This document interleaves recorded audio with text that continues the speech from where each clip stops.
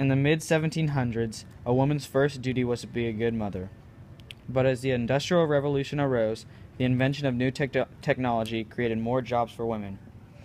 Women were the majority of factory workers in the mid-1700s because employers thought that women could adapt easier to the machines. Even though the availability of jobs increased for women, there were very harsh conditions for the workers, and women were typically paid half as much as men. In addition to working in factories, a lot of women had double jobs. After working in factories for many long hours, women had to then go home and feed and clothe their families. In the mining industry, women had to carry heavy loads of coal through dangerous tunnels that were always at risk of collapsing, flooding, and even, in some cases, exploding.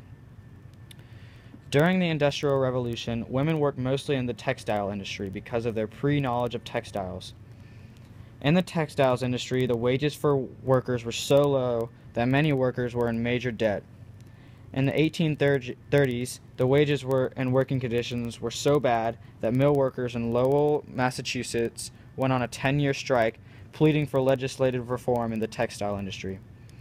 This strike was a success, and the workers signed a petition that raised taxes for women in the workplace. In 1847, the Factory Act made it so that women could only work 10 hours a day in textile factories, and in 1867, this law expanded to all factories. Luckily, in the late 1800s, there was much more technology being invented, creating more jobs for women everywhere. In the workplace, women were treated very, very poorly, facing discrimination, awful pay, and harsh working conditions. Women were paid only half to two-thirds of what men were paid to do the same job. The factories were not heated or air-conditioned and lacked sufficient light and ventilation. Women worked in these conditions for 12 to 13 hours per day, 6 days a week. Injury was a huge problem in the workplace. When women were injured on the job, they weren't provided with any compensation or health benefits and were usually just fired. Treatment of women started to change between the 18th and 20th centuries. In the early 1700s, women were upset because the Enlightenment slogan of free and equal did not apply to them. Even though it was said that women had natural rights, their rights were limited to the areas of home and family. A woman's first and main duty was to be a good mother.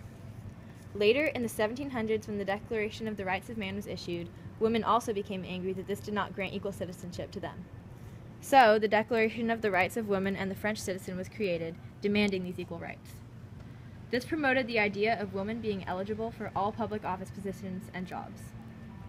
During the Industrial Revolution, the textile industry was being advanced.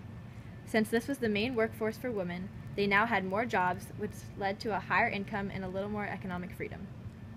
During this time period, women started to really work for their rights. Across Europe and the US, women campaigned for fairness in marriage, divorce, and property laws. However, women reformers faced many obstacles. In Europe and the US, women could not vote. They were barred from most schools and had little, if any, protection under the law. A woman's husband or father controlled all of her property, but by the late 1800s, married women in some countries had won the right to control their own property. The struggle for political rights was even more difficult. In the US, the Seneca Falls Convention of 1848 demanded that women be granted the right to vote. However, groups promoting women's suffrage faced intense opposition. Women won the vote by the early 1900s. In the US and Europe, the suffrage succeeded only after World War I. So, over time, women were slowly treated better but still faced a lot of discrimination in the community and the workplace.